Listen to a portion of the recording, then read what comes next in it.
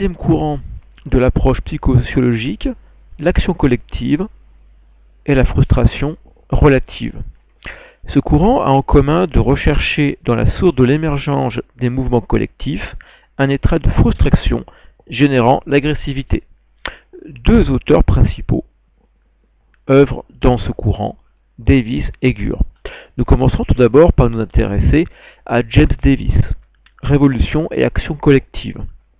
Celui-ci, dans un article célèbre de 1962, Towards a Theory of Revolution, souhaite, avec un certain optimisme, réconcilier Marx, pour lequel la violence révolutionnaire naît de la dégradation et de l'exploitation croissante du prolétariat, et Tocqueville, qui considère, je cite, qu'il arrive le plus souvent qu'un peuple qui avait supporté sans se plaindre et comme s'il ne les sentait pas les lois les plus accablantes, les rejette violemment dès que le poids s'en allège.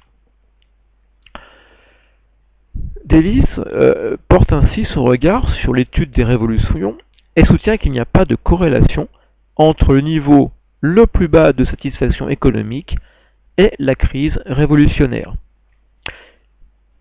Il dit ainsi « Des révolutions risquent d'éclater lorsqu'une période de progrès matériel tant économique que social est suivie d'une brève période de récession aiguë, devant laquelle le fossé entre les attentes et les gratifications s'élargit rapidement, devenant intolérable. La frustration qui en résulte, dès lors qu'elle s'étend largement dans la société, cherche des modes d'expression dans l'action violente. » Il va ainsi résumer sa pensée dans une courbe devenue célèbre, qu'on appelle la courbe de Davis, ou encore la courbe en J inversée, que vous voyez apparaître ici.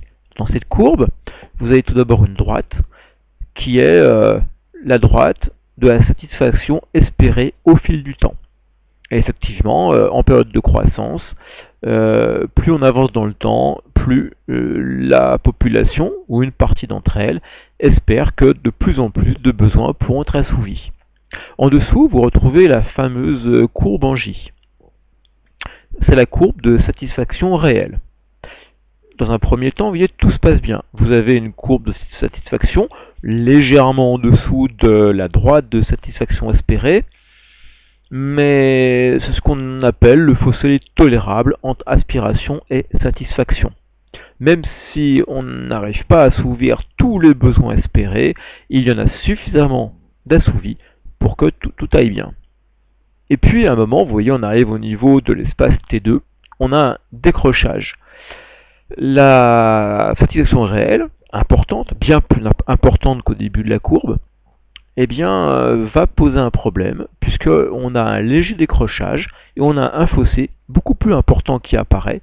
Là, vous êtes vraiment à l'aplomb de T2, et cet écart, on l'appelle le fossé intolérable entre aspiration et satisfaction.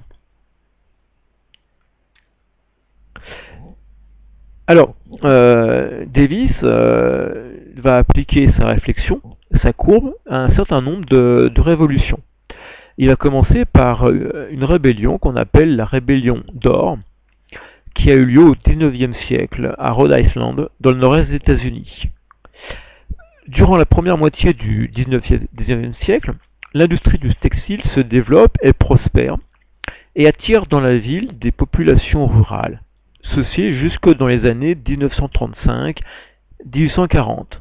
Et puis, une période de déclin s'amorce. Cette fameuse rébellion, la rébellion d'or, en 1841-1842, fut durement réprimée.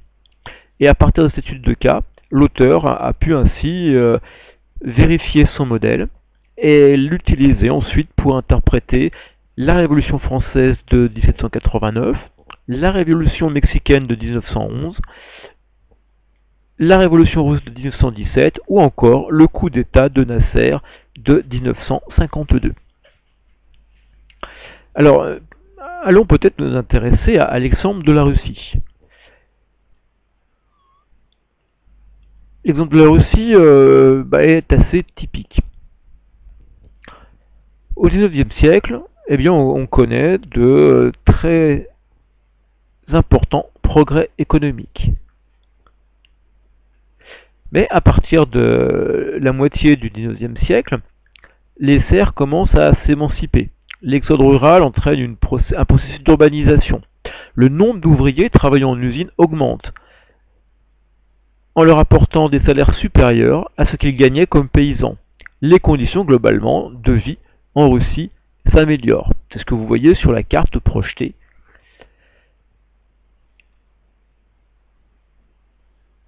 La période qui va ensuite suivre, 1861 à 1905, est une période où vont continuer à voir une progression des aspirations sociales jusqu'à ce qu'une conjoncture de frustration intervienne au début du XXe siècle dans différents groupes sociaux.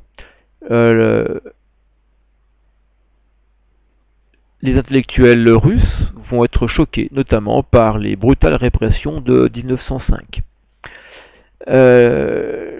L'armée va être, elle, humiliée par la fameuse défaite de 1905 lors de la guerre contre le Japon.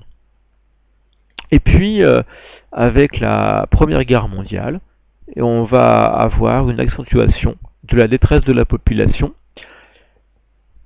Et ces frustrations, donc ça c'est le décrochage que vous voyez sur la courbe, où on a à la fois une période de répression, on a une légère reprise, puis l'entrée en guerre de 1914, avec non seulement les défaites militaires, mais les famines de la population, fait qu'en 1917, vous êtes sur la fameuse révolution, le fameux outbreak de 1917. Alors, pour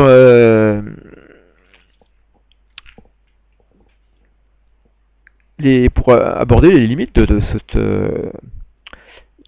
explication, on peut dire que c'est intéressant a posteriori. Effectivement, c'est un joli travail historique, mais c'est quelque chose qui nous renseigne finalement assez peu. Parce que l'intérêt peut-être d'une théorie sur les révolutions, c'est être capable de nous dire à quel moment elle va se passer. Et si vous regardez la courbe en J, tant que tout va bien, ça va bien. Mais le moment où les choses vont aller un peu moins bien, c'est, notamment vous voyez sur l'exemple russe, compliqué à savoir qu'on est au moment où la révolution va se déclencher. Compliqué aussi de savoir quels sont les critères qu'attendent les différents groupes sociaux. Certains peut-être décrochent, d'autres pas. Et puis, quels vont être les acteurs de cette mobilisation? Quel est le degré de coercition également, qui fait que on peut encore espérer empêcher une révolution de se déclarer? Parce que si vous regardez aussi la courbe russe, à partir de 1905, effectivement, on a un problème. Il faut attendre 1917. Est-ce que les 12 années, quelque part, de sursis ne sont pas dues, notamment à la violence de la répression? Est-ce que sans répression, la révolution avait lieu plus tôt? Ou est-ce que sans répression, quelque part, la courbe repartait différemment? Bon, beaucoup de questionnements, peu de réponses, une valeur explicative, je dirais, ex post, mais pas vraiment un usage ex ante.